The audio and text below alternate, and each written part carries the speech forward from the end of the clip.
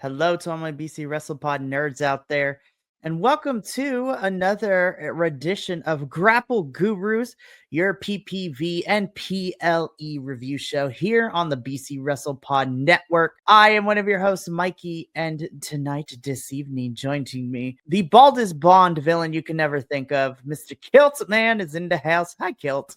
What up? I'm happy to be here. That intro was probably one of your best for me. You've had a lot over the years, but it is probably the best. Hey, you know what? I will take it and I will run with it. Oh man, I'm super excited. Kilt and I are here this evening to review Elimination Chamber. So WWE's Elimination Chamber from this past Saturday, and it is. There's so much to talk about. There's even the final boss's Waffle House order we can talk about. Like, oh my god. One of my personal favorite TikTok wrestling creators, because every time he gets an interview, he's always asking, "What's your Waffle House order?" And for the record, my Waffle House order is the 2-egg breakfast over easy, hash browns, smothered color capped, bacon, and white toast with usually a coffee or Mr. Pibb. Love it. I'm a West Coaster, so I have yet to go to Waffle House yet. Well, next time we have something big in Orlando, then you're gonna have to come out this way so we can take you to Waffle House. Very fair. I will definitely go to Waffle House. But before Kilt and I get into all the action that was Elimination Chamber, if you like what you see here, follow us on all the socials, which we pretty much are everywhere outside of YouTube and Twitch. We also have a Facebook where you can, catch everything. Instagram is also where you can see our report cards for the weekly shows and the pay-per-views, as well as some fun stuff like predictions, out of context clips, and some other stuff, which I'm super excited to be getting into with all of that. We also have some merchandise, so treat yourself to something nice. Yes, you deserve it, despite what you or the world tells you. So why not to represent your favorite conglomeration of weirdos on wrestling internet, and then to support us with some merch. So it's fantastic. Alrighty. So I don't want to waste any more time because we have a lot to get into, and I want to talk about everything. Hi, Fluffy. Sorry, I had to do that. Yeah, I didn't want to do it over you. I was trying to be polite, but okay. I love it. Alrighty. So let's just jump straight into it. We got 4 matches and a hell of an ending to the show to get through. So let's get through these 5 points. But before we get into it, my overall thoughts with this, it has not changed in the last 48 hours. I said it on our WWE review yesterday morning/afternoon. This was a near flawless show, and I gave this an A-. This was probably WWE's best pay-per-view in the last couple of years, but hands down. Hands down, mic drop, best. It was funny. We had this conversation because we were talking about the report card after the fact that you were flopping between B+ and A-, and I reminded you the one most important thing. If that did not happen, it would have been a B+. But because it did happen, it pushed it over to A-. It's no one knew that was coming, and it's like I want to skip all the way to the end just so we can talk about it, but I'm trying to be good with our chronologicalness. And it's oh my god, but the beautiful thing is, well, okay, except for one match, but even then I still think it had its merit. Everything else was still really solid. But we'll talk about the bathroom break match, as we call it around here, but we'll get there. So let's kick things off with our first match of the evening, what opened it up. I love you. I would like to see the women's chamber close one of these years, but that's neither here nor there. I fully agree. The ladies should be the closers. The last 2 in pay-per-view, the ladies' matches were the top match of the event. The guys could not hold a candle to it. I'm not going to say that this Elimination Chamber men's match wasn't great. It was phenomenal. There were layers upon, oh my god, this was amazing. But the women outdid themselves. Their storytelling was amazing. It just everything in this match, I literally can't sit here and praise it enough. Like the only critique I had was what happened at the beginning. It felt afterwards, it felt a little disjointed, and then there was no real recovery from it, so to speak. But it took a little bit to get back on track, but that is okay. Well, speaking of which, though, so the baddest girl, Miss Jade, the baddest Miss Jade Cargill. The baddest. Yes. She is amazing. She looks flawless. She's got so much definition right now. coming back from an injury, and it's just like for us nerdy people who have played a lot of the Elder Scrolls games, do you remember Morrowind? Do you know where I'm going with this? Yes, continue. She looks like, who was it? It was one of the gods. It was the golden elf god. She, in this image right here, she looks just like it, and I'm like, I'm all for this because, oh my god, I will bow down. Let me. For reals. But before we even got to the start of the Elimination Chamber match, Jade Cargill makes her return. She gets inside the ring and she beats up on Naomi. Poor Bianca Belair could only watch from her pod as Jade was thrashing Naomi up against the pods, against the cage, the Elimination Chamber itself. Thus, Jade Cargill being the reason. And then that was so painful sounding when she slammed the door on Naomi. I was like, oof. It sounded bad, and I'm like, oh no. And props to Bianca Belair for her basic. We were going to say it's acting because it is entertainment wrestling. Excuse me, but she sat there and sold that spot so well. Like, it was. I'm surprised at how well they had that pod mic because of, just in general, but like everything she was doing, she was selling it like it was literally a disaster. And then literally as soon as she got in, she had to refocus and just zoom. Goodness, this was phenomenal. I'm happy Jade's back. I'm interested to see where we go within the next 9 to 10 weeks leading to WrestleMania. But it was after this moment Naomi was officially technically eliminated from the match because she could not participate, which led us into, the official start of the match. So Liv and Naomi were set to start. It was just Liv. Then Roxanne ends up coming in. Bianca, then Roxanne. Yeah, because, you're right. Because at first it was Liv taunting Bianca in the pod. And then all of a sudden, the pod just, it thing happens. The pod opens, and then here comes Bianca wanting to whoop some white ass. And it was, I'm going to wait for the spot because I know it's in here. But yeah, damn. So Bianca and Liv go at it, and then the pod opens up for Roxanne to make it in. So these three ladies go back and forth. Then we get Bailey added into the mix. And then finally, we have Alexa Bliss in here just starting to clear house. So amazing. And she even hit Sister Abigail Crossroad. That was, I'm so glad to see that move again. Like, I can't sit here and, as I said earlier, I cannot speak enough to these women. They are performing flawlessly. They're outperforming their male counterparts.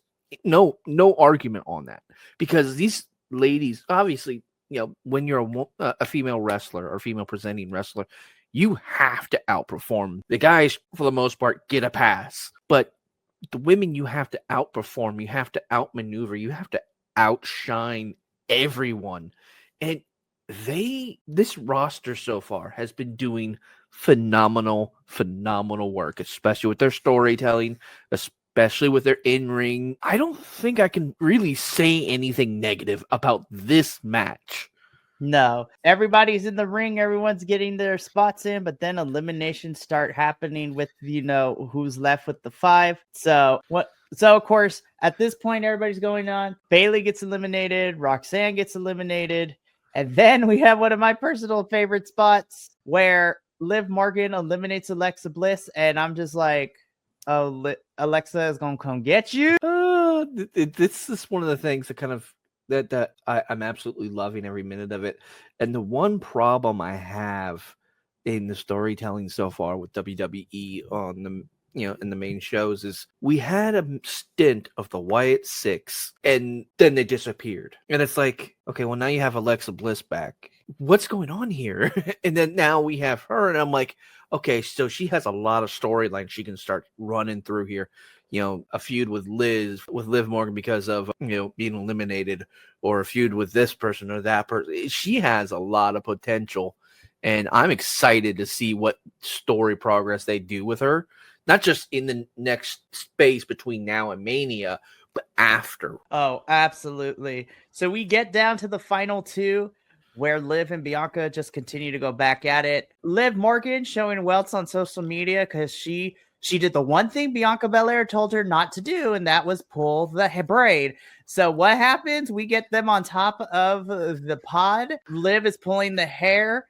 Bianca's like, takes her braid. She swings it back and she lets that thing fly. That was so loud. Oh my gosh. Liv Morgan, damn. Like, you see the welt develop during the match, because it was, if I remember right, it was right before this elimination, because there was, I think Bailey was still in the ring, and it was because I think it was 4 of them. It was Liv and Bailey and Bianca Belair up on top of the pod doing the spot, and then there was 2 others in the ring just doing something else, and you just hear that whip crack across the back, and I think it hit the cage as well. And that's what amplified a lot of the sound. And it's like, oh, damn. For reals. That was my favorite spot of the whole match. I'm like, you go, Bianca. Use your braid. Like, she's been using it before, but this is like, it's out of frame kind of power level. Right. And Bianca, she picks and chooses when she hits people with the braid. But hey, Liv didn't listen. Bianca told her not to pull it. She pulled it. And so she got a braid whipped with it. Again, we get down to the final 2 of Liv and Bianca. They go back and forth in a very awesome sequence. But ultimately, Bianca hits the KOD on Liv Morgan. And your winner of the Women's Elimination Chamber, Bianca Belair, and she is going to face either Rhea or Io, depending on who comes out as champion tonight. But this was an amazing match. Bianca goes up the ramp, and she is meted by Rhea, and then Io comes out. I'm like, and when I saw this picture, I'm like, please let this be my triple threat at Mania. Do you know how amazing this match would be if it was these 3 fighting for Rhea's championship? Like, oh, I want this to be a triple threat match, and I'm looking forward to watching Raw. Because I'm not going to watch it tonight. I'm going to watch it tomorrow after I get home from work. And it's going to be amazing. Like, right now, I'm predicting there's going to be a DQ because someone interferes in the match. That's my prediction for the Rhea Io Sky match tonight at Raw. But I want to see the 3-way. I don't care how I phrase that. I want to see the 3-way of these 3 amazingly talented women going at it and just wrecking face for that title. I think that would be an amazing WrestleMania match, and it would put it at top tier. Oh, absolutely. All 3 of these women individually are fantastic. A triple threat between these 3 would be even better, but the women started the night off right. This was fantastic opener. I love the match. Shout out to all the women, and we've got places to go for some of them in terms of stories leading into Mania. Good job, girls. So, okay, let's be real. We knew this was not going to be a technical barn burner. However, this was basically, this is let's get Trish in front of the home crowd. I will say, though, the thing that I really liked about this match is, number 1, despite the sloppiness of the build a little bit, I still think this match accomplished what it needed to do, which was to make Tiffany more of a babyface and solidify her as a babyface for right now. The other thing that I was like, okay, I think we're point blank period done with Tiffany and Nia for a little bit is the fact that Nia was the one who took the pin in this match. So because Candice is usually the one to get pinned in these matches, but Tiffany pinned Nia. So I think that is Triple H's way of telling us that the story between these 2 is over for now. Tiffany and Trish do win. Again, this is more of the P-break match, but story-wise, it did what it needed to. And Nia getting pinned, I think, ends this feud for now between these 2. I hope so, because as entertaining as it can be, it's a little dull. Yeah. I mean, here's the thing. I thought we would have gotten the end of the story like a couple weeks ago when Nia re-challenged Tiffany for the title, but hey, here we are. So yeah, it's anywho. So again, Trish and Tiffany win. This was not my favorite match, but it, solidified Tiffany as a babyface. She pinned Nia. We're done with this feud. So now now Tiffany can focus on the monumental task at hand, which is her fighting Charlotte at WrestleMania.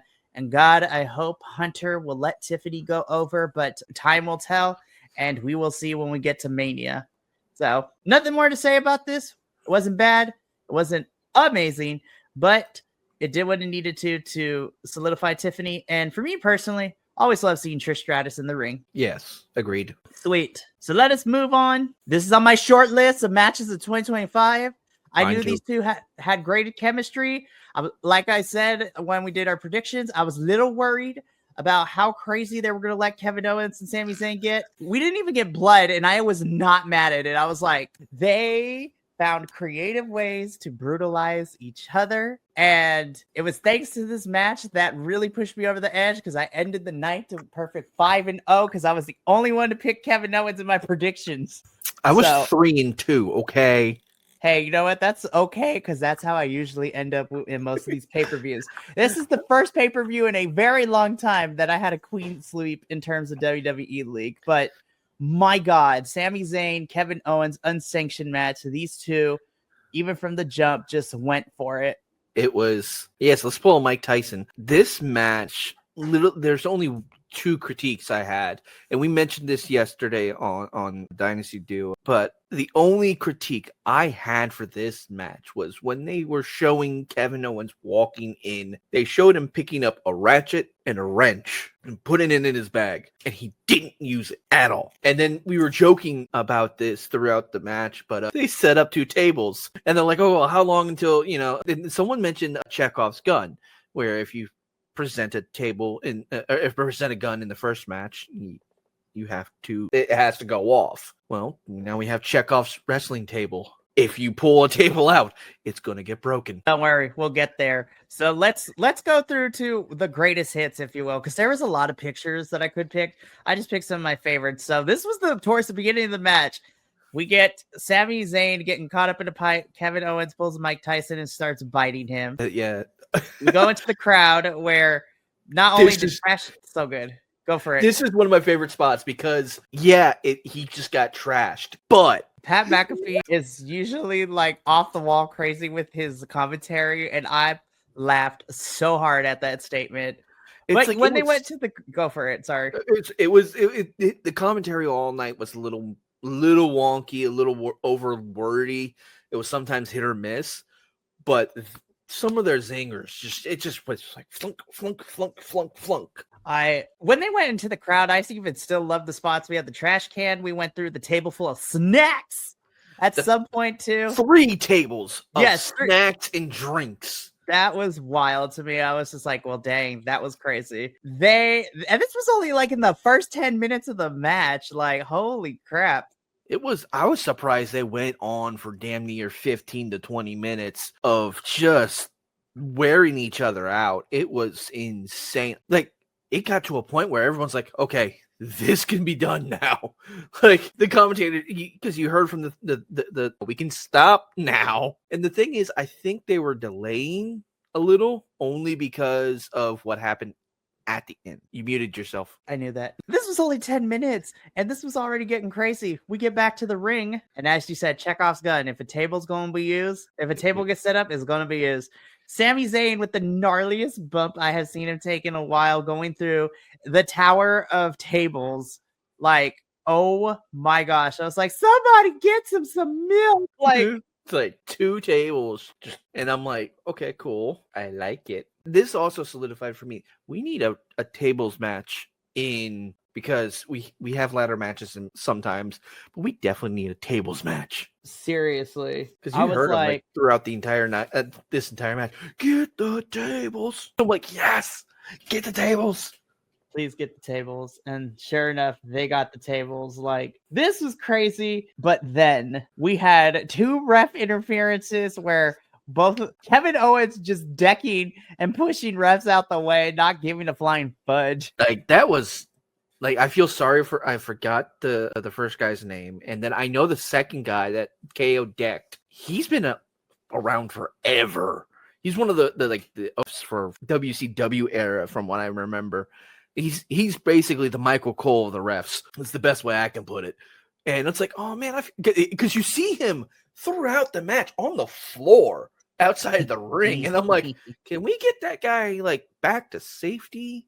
Like, I see all y'all there. Can you just put him somewhere? And then after this, it's the next spot that cinched this for me, and I am like, I love it. It was amazing. This spot, You with see the barbed Zayn, wire chair. Sammy pulls it out and looks at the chair, looks at KO, looks at the chair, and goes, "Were you really trying to use this on me?"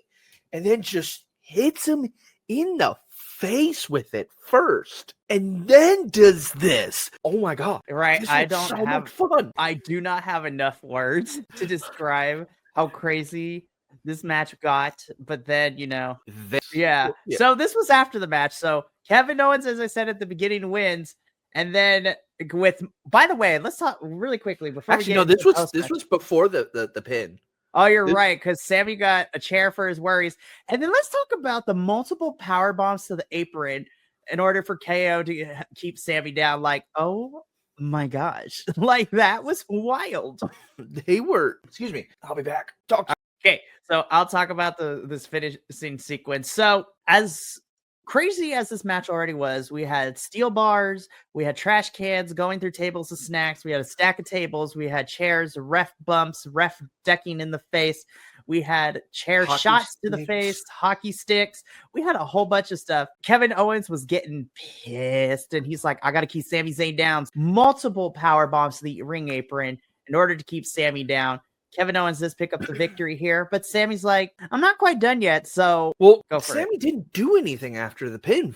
No, Like, he sorry. was- Kevin was like, I'm not done with this yet. Yeah, and I'm like, oh, because here's where I think this was a timing issue, because you see Kevin just start to walk into the back, stop, then turn around and do this next bit where he's pulling up the pads around the ring and is going to, I think it was either going to powerbomb or he was going to put Sammy through the concrete. That's what was coming. And then Yeah, I have voices in my head that talk to me. They understand.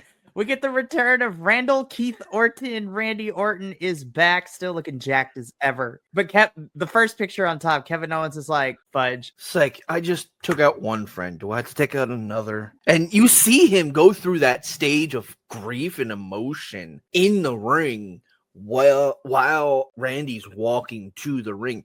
And this is why I say there was a timing error. I think he was running late because of traffic, because even Pat McAfee was literally got there to the beginning of the pregame show, like as it's starting, and had to rush through everything just so he can get on camera because the traffic was insane. And I think that there was that he was stuck in traffic along the way. Got there, had to get changed, had to get ready, get himself all oiled up, and then make his way to figure out, okay, am I doing this? What am I doing? And then that's where I think the timing, why they had to drag everything out so much to get to this point. This is my other issue with this match. I think Randy should have came out before the pin or after, like immediately after. That would have been the better option, I think, story-wise. But this was still good. I love this. Oh, absolutely. So Randy Orton comes down, fight Kevin Owens. Then we get the tease kilt. Oh, come on. Give me the thing. The punt. Give me the punt. So Randy sets up. He's about to deliver the punt to KO, but then KO gets out of the ring as well as a swarm of security guards, coming into the ring to separate the two. And I'm just like, there's your WrestleMania match right here. And it ends with KO getting punted in the face. And then he goes for a while. Goes on vacation for a little bit. Like, go take some time off because he deserves it. They both deserve it. Like, those two have been, Sammy and KO have been working their proverbial asses off this entire year coming up to WrestleMania. It's been insane for the two of them. I think they both deserve some well-allotted time off. Oh, absolutely. And of course, Randy Orton was mad he couldn't punt, so the poor security guard got caught an RKO for their troubles. And then Randy started to RKO more people. Those guys, the three security guards, he's like, here, come here, let me shake your hand. RKO's him. Like, dude, that's kind of messed up. He's just sitting there doing his, like, it's funny. It's a good bit, and I love it. And then we'll see these three probably as the next Shield or something, in the next 5-10 years. Because isn't that just the fun little bit of WWE history? Sooner or later, you go from being security to being talent. Oh, absolutely. I mean, but this, like I said, the unsanctioned match definitely lived up to what I wanted it to be. And of course, I'm weird. I like to see blood, but you know what? I'm kind of glad we did it because they did enough carnage and damage to each other without having to bleed, which was nuts to watch. I mean, we got blood. We will talk about that when we get to the very end. But again, this unsanctioned match is on my short list of matches of 2025, which is saying something. And this sets up, hopefully, Randy and KO at Mania. And I need some sort of crazy stipulation match too, because we need them to fight each other with the regular rules. Throw them out the window. Exactly. Fun. So a very strong match. And I was just so at this point of the show, I was like, all right, Cody and Rock are going to close, which is kind of crazy. So before we get there, though, we have one more match to talk about, the men's chamber. I said it during our predictions that the last couple of years with the men's chamber, it's just been oddly paced and has not been fun. Honestly, this is probably my favorite men's chamber in this Triple H era. Oh my gosh. I think this chamber did so much to set up 3 different matches for Mania.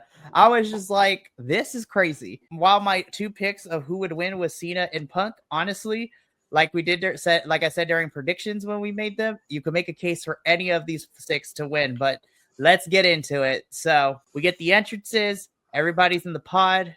We get things started with Drew McIntyre and Seth freaking Rollins, who came out. I was like, is those Becky's coat and glasses? Here we go. This is going to be fun. But we start things off with Drew and Seth, who, no stranger to each other. Fantastic. This is great. But then we start to get people in. I believe Damian Priest is third to enter. So he ends up coming in, starts clearing house a little bit. Logan Paul is 4th to enter. Right? Yeah. Logan Paul is 4th. Yeah. Then after that, it is Cena, and then Punk enters, and then this is where all hell breaks loose. So first, to my surprise, Drew McIntyre is the first to be eliminated by Damian Priest. That was not at all surprising to me. I'm like, as I saw it, it was going to be one of 3 people first. So I think it'll be Damian, it's going to be more than likely Drew or Logan Paul. And then, there goes Drew McIntyre. He's going to cry about it all on social media for the next who knows how many weeks. And it's too early. Whatever. I don't care. Move along, you jealous ex-girlfriend.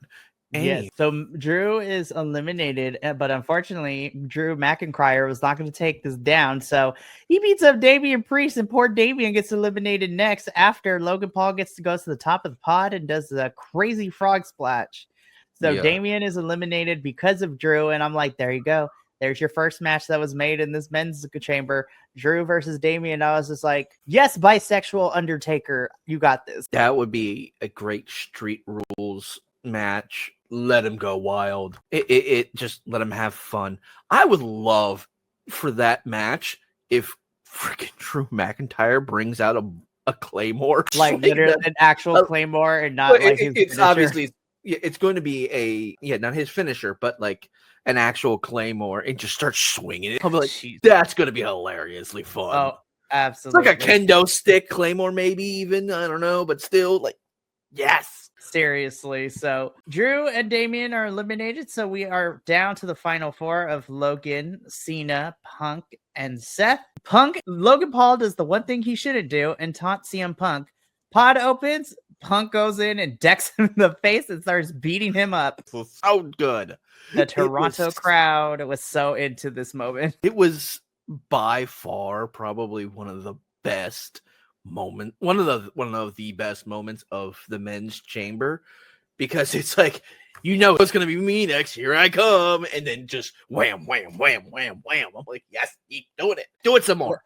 Literally, CM Punk is clobbering time. Like, we got this. So we get into deck Logan Paul in the face, and then we went from here. Seth and Logan end up getting disposed of. The crowd and I lost this mind. I was just like, damn, these two have so much history together.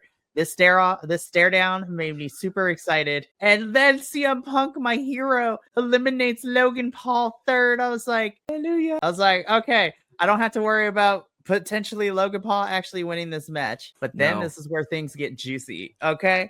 But first, before that, like commentary said, what was it, 22 or 23 championships between these three? I think it's at least 22 because Cena is a 17-time undisputed. Fuck, I don't even remember how many Punk and Seth have. They've got a lot between them, and it's like so many. And it's like when you look at this list, I think basically the underachiever of this elimination chamber was Drew. You kind of go down. He had one world championship, and it lasted all of 5 minutes. Because remember, Punk knocked him out a little bit, and then Damian cashed in at SummerSlam. What was it? Yeah, it wasn't SummerSlam. It was Mania last year. It was literally as soon as he won, he goes, "Oh my God, it's mine. Here comes Senor Money in the Bank." He makes fun of CM Punk. Punk lays him out, which then Damian comes out and takes the title from Drew. So it was great. My goodness. It was this. And then this is why Seth lost, in all honesty, at least story-wise. He wanted to beef with Punk, and that was it. He was like, Cena, back the fuck off. Let me have my shit. And Cena's like, no, but that's not how this works. It's mine. And so that's and that's how he gets eliminated. We will talk about Seth in a little bit because Petty McGee is in the house when we get there. But stare down, these two hug it out. Yes, it was a little slower, but this was a fun sequence of these two just going back. The phase is just so great. Right. This was such a fun sequence. And I was like, oh my gosh, I can't believe it's 2025. And I'm still watching John Cena and CM Punk fight each other in WWE. That's wild. But it is never meant to be because Punk eliminates Seth. Seth doesn't take it lying down, and Seth curb stomps Punk for his troubles, which then John Cena.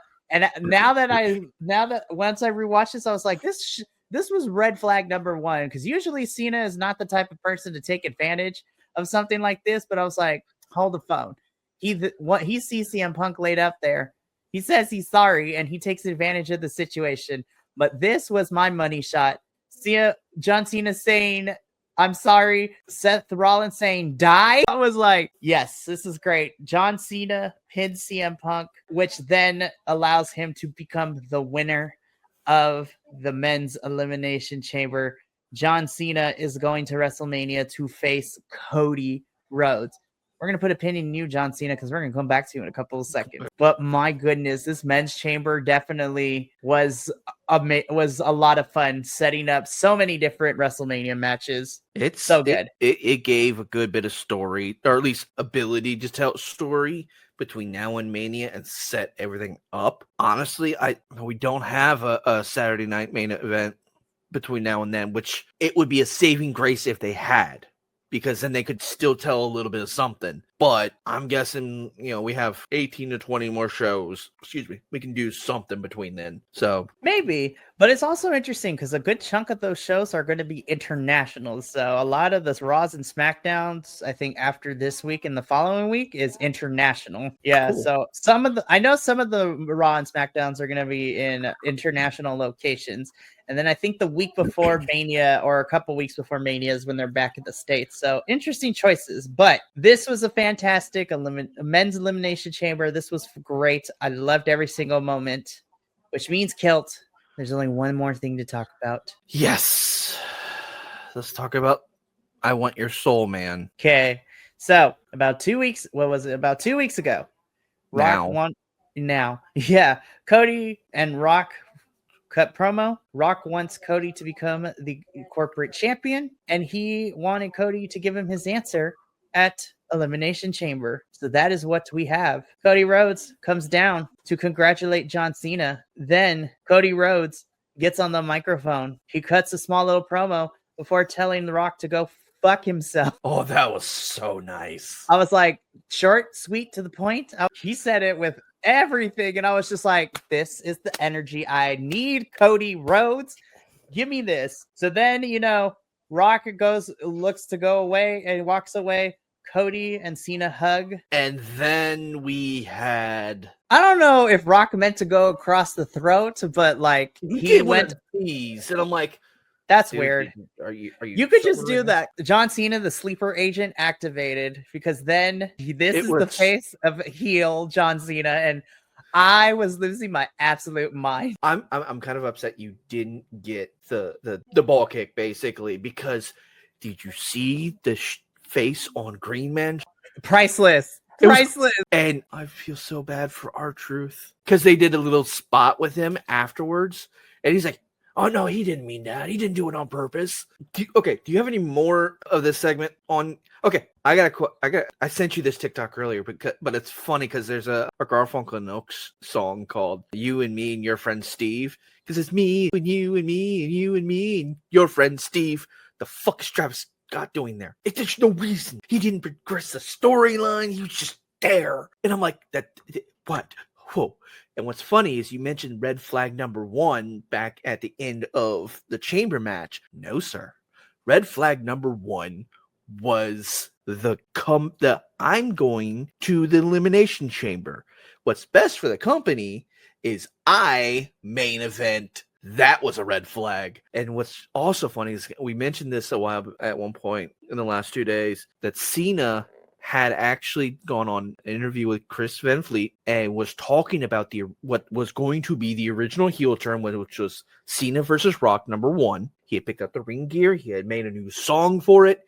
He was ready to go. And that's how it happened. And because he made the announcement, he didn't show up until Elimination Chamber. Yes, it was scheduling conflicts, but he stayed true to it, to that little indicator.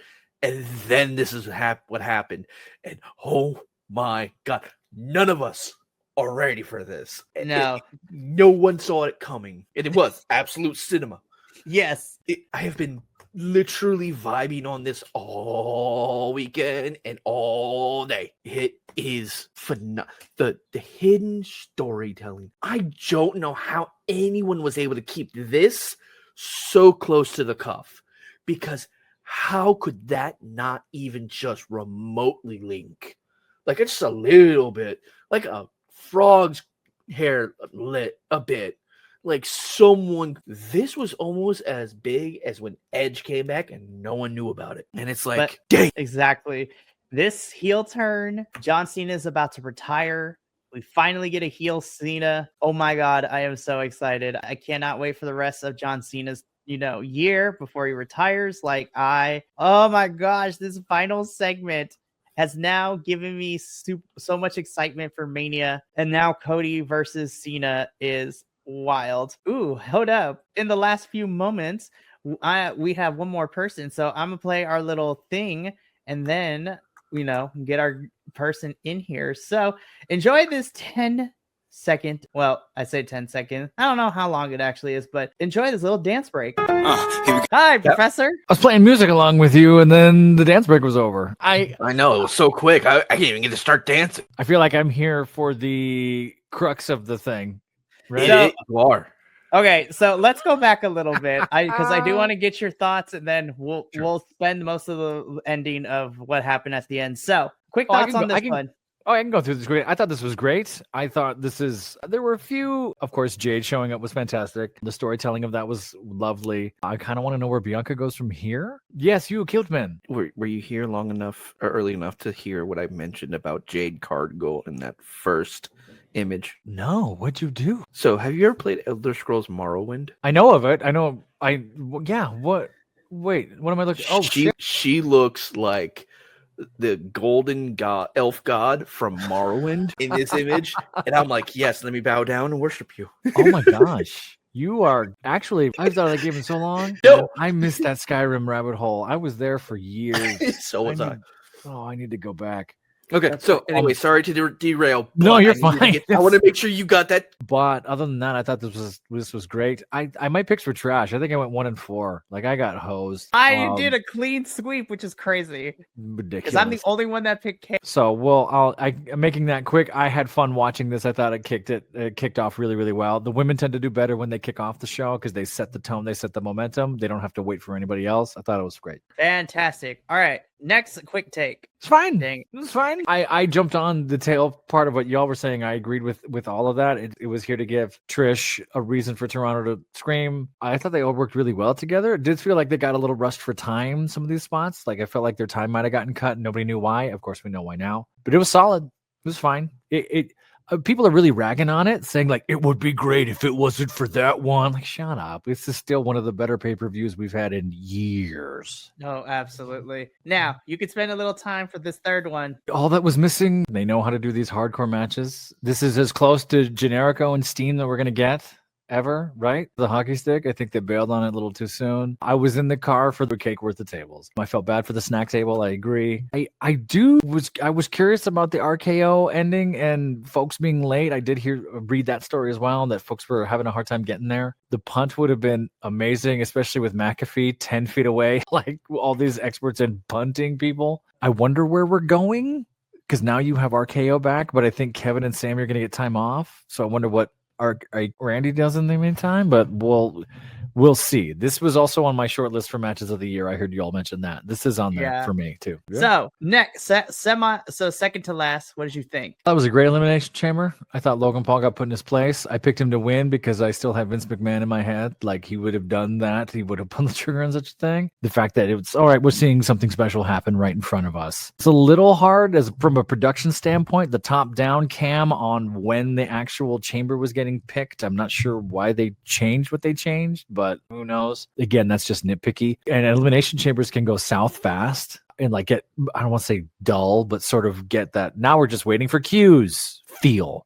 We never had this with this. This was great. I was very impressed. And then the cherry on top. I was sitting and my first thought on this face was, why are you mad? That's weird. Because it did not compute in my brain. Like, why is that angry face? And the moment I went to yell no, he kicked him in the huevos and it was over. And I was like, and then beat down. My God. I agree with the three other big YouTube channels that talked about this. We're so used to the swerve, right? Really good at the swerve. You're thinking one thing, you're thinking the other. Never the surprise, right? I thought Cody was going to say yes. That was going to be the hook, right? I know I picked the other way, but part of me was like, I'm fine being wrong. I think that if it's going to be anything, it's him going to be saying yes and then doing something to somebody else, right? Having Cena there in the ring at first was really weird. Like, why is he here for this? He has no reason to be here for this. And then we see what we see. I love the memes that have come. The memes are strong with this one. The memes are real good if you've seen them over the weekend. Like, there's some really good memes. My favorite is the Garfunkel Notes one. Yeah, the Make-A-Wish guy right now. John Cena is now Break-A-Wish. Yeah, Break-A-Wish Foundation. I'm very intrigued. I feel bad for everyone who bought hats and shirts that day. I do think the plan will be to flip him back at WrestleMania or by WrestleMania. We got 6-7 months. He's apparently in another country filming a movie. Like he's already gone. Weeks. Right? Say it again? Weeks, not months. Is it weeks away? Yeah. WrestleMania is mid-April. 9 to 10 weeks. Oh, WrestleMania is a few weeks. Yeah, I'm sorry. I think he's already gone in another country.